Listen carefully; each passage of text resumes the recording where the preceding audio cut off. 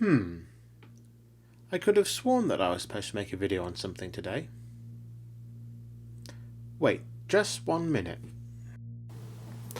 Alright, so this came in the post. Mugs of Doom minis. Let's have a look.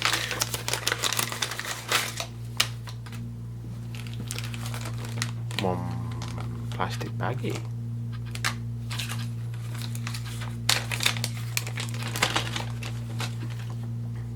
This is a Mama Murphy miniature. It's a resin cast from Modiphius. Looks a pretty nice cast, but there's a few bits and flash and stuff, so we've got a bit of work to do before we can paint this miniature. So, oh yes, that's what I was going to do, wasn't it? How to work with resin. Get on with it. Yes, get on with it! Okay, silliness aside, what do we actually have to do with our resin miniature before we can paint it? I don't know how well this is shown up on the camera, but there is a slight greasy film over the resin cast miniature. This film is the mould release agent. This is sprayed onto the mould to extend the lifespan of the mould and also to help the manufacturer to take the miniature out of the mould. We are going to want to get rid of this film as it is highly hydrophobic and will cause your paint to rub off if you do not get rid of this. So what I have here is a Tupperware container filled with some warm water. This needs to be warm rather than hot to stop the resin from warping. And we're going to add some washing up liquid into this water as a soap to allow us to get rid of the release agent. With our washing up water now made, we can dunk the model into this.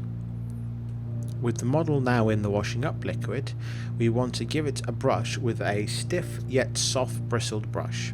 The brush does not want to be abrasive, as it can remove details from the finely detailed cast. A toothbrush is perfect for this, and it's just a matter of giving it a quick scrub and then leaving the miniature to soak for a few hours. I normally leave this overnight.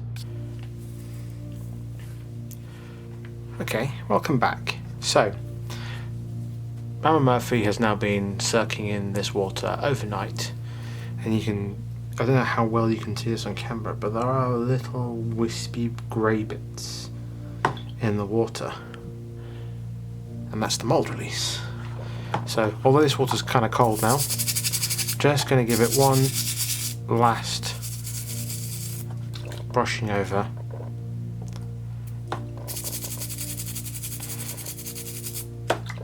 Making sure this to do this over the Tupperware. There you can see all that coming off.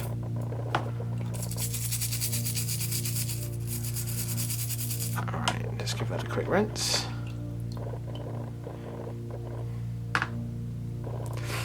Now, depending on how much time you have, you may want to leave it to air dry, which is recommended, or I'm going to just quickly towel it dry here.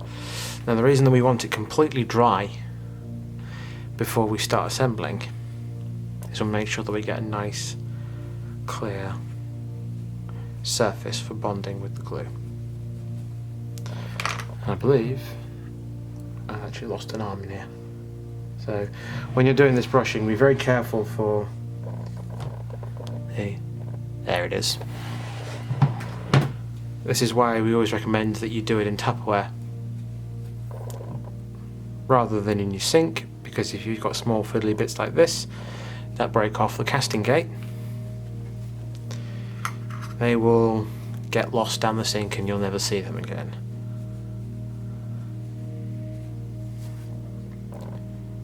So, before we assemble our model, we need to assemble a few tools. There are a few things about resin models that are slightly different to assembling plastic model kits, but lots of the tools we need are the same. So, first off is a good pair of side cutters. These are Games Workshop ones because that's what I have. There are other brands available. A hobby knife with a X-Acto blade. If you're underage of buying one of these, get your folks to do this. Super glue. Resin models cannot be bonded with plastic glue. They need super glue to be glued together. Assortment of hobby files. These are just a set from Hobbycraft in the UK. Any set of hobby files will do. If you have lots of connections on the casting gates that are or have particularly thick ones, it is worth investing in a razor saw.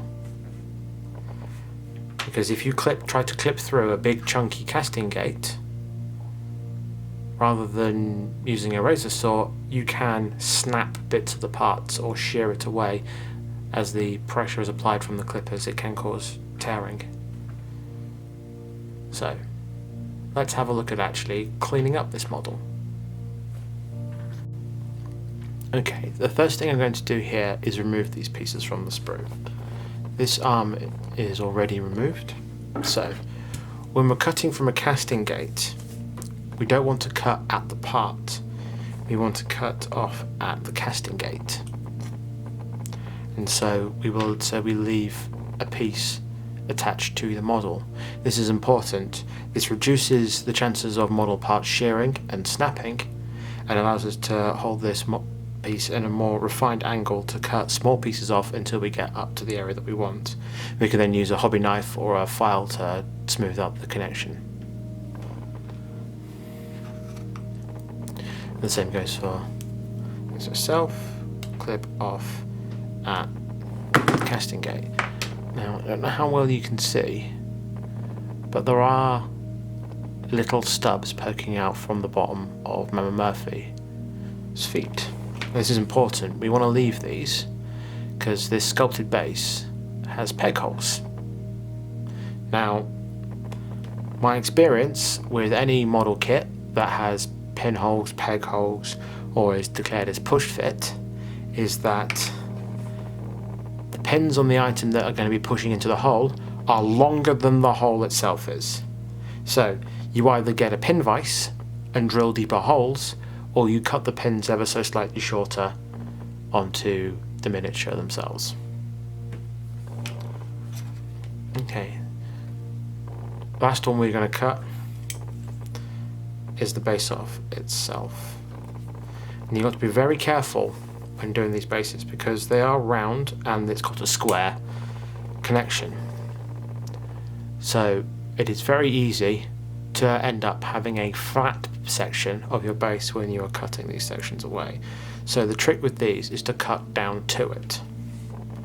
So I'm going to cut off a big chunk here.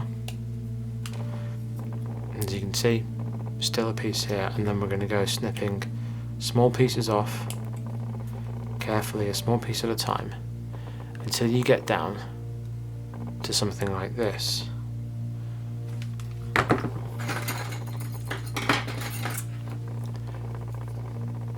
Now this is a point where you can come in with a hobby file and file very carefully and very slowly, file away at the resin. Do a little bit and then check to see the status of it, because if we take away, we're going to have to get a hobby filler out to fill this sucker up, so we want to try and avoid doing that. So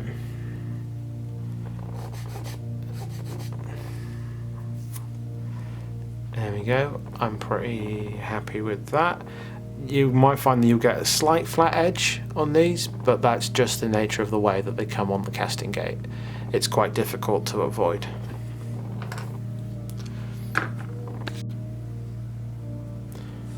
Okay, once we've got pieces cut off their casting gates, the next thing we have to do is to check for warpage and mould lines. Due to the way that resin is made, when heat is applied to it, it is possible for the material to bend out of shape, but resin does have a casting memory. So this means if you heat it up, then it should reset back to its original position.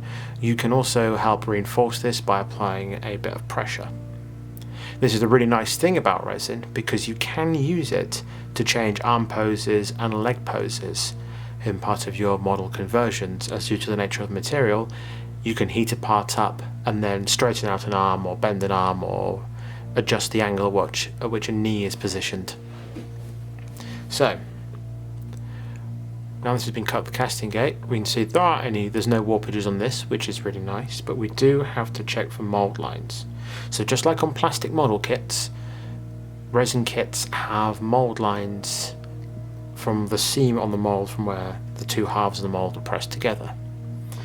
Now, these are a process that they can't avoid, but you'll probably find that they are less prevalent on resin kits than they are on plastic kits. You're more likely to see mould slips on resin than you are to see mould lines. Now, to spot a mould line, it'll be a raised line on the surface of the model that isn't part of the design itself. So on something like this, obvious areas for mould lines tend to be down the side, so there's, I don't know how well this camera's picking up, but there is a very slight mould line just running down the outside of the leg here and on the inside of the leg on the other side there. And this is where our hobby knife comes in. So what we're going to do here is just going to run the hobby knife blade very gently down the edge over here. So depending on the material, you might find that you can only remove parts of a mould line. If it's things like a folded jacket or jeans or something like that, then it's very easy to pass off a mould line. Okay, I've gone through all the pieces now and removed all the mould line. So far we've cleaned off the mould residue, we've checked for warpages, and we have removed any mould lines that are on the miniature. So now it comes to assembling the miniature. So often resin miniatures don't come with instructions, so depending on the complexity of the kit, you may need to look up reference images or ask for some form of instructions or look up a guide on YouTube on how to assemble stuff. Most figures like this tend to come in as very few pieces. Like this is a 3-piece miniature and a base, so it's not the hardest thing in the world to put together. Now to do this, we are going to be using super glue and a hobby knife. So first thing I'm going to do here is to glue Mama Murphy to her base. So I have cut these leg pins a little extra shorter than the manufacturer initially cast. Apply a bit of super glue onto the bottom and apply into the base, like so. So there we go. She's plugged in. Now super glue dries pretty quick, much quicker than plastic glue, but it still does have a drying time. If you've got some awkward areas that you need to bond with super glue, it may be worth using a super glue activator. Okay, now that she's firmly attached to the base, I'm going to start doing the arms. Now, to ensure a nice bond here, because there is only a small hole here, this flat surface here, I'm going to apply a few score marks in with the hobby knife. Doesn't have to be many, and they don't have to be too deep, but what this is doing is creating more surface area for the glue to bond to. And when you're doing a small area like this, you do want to be using the super glue sparingly if you can. Otherwise you'll end up putting super glue all over aspects of the model's details, or you can end up putting super glue all over your own fingers and sticking them to the model and getting earlier pieces that you stuck down pulling away from the model because the bond between your finger and the piece is stronger than the piece and the model.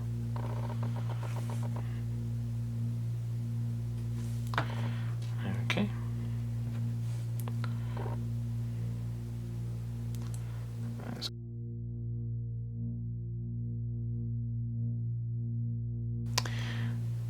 Okay. and with that rather fiddly arm, for some reason, it just refused to line up correctly, this is Mama Murphy assembled. You can then go away and use the hobby primer of your choice.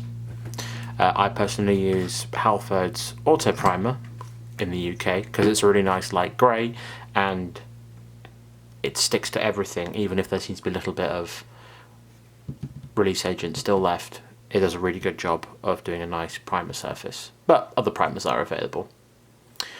Well, I hope that's given you an idea on how to work with resin miniatures. See you in the next one.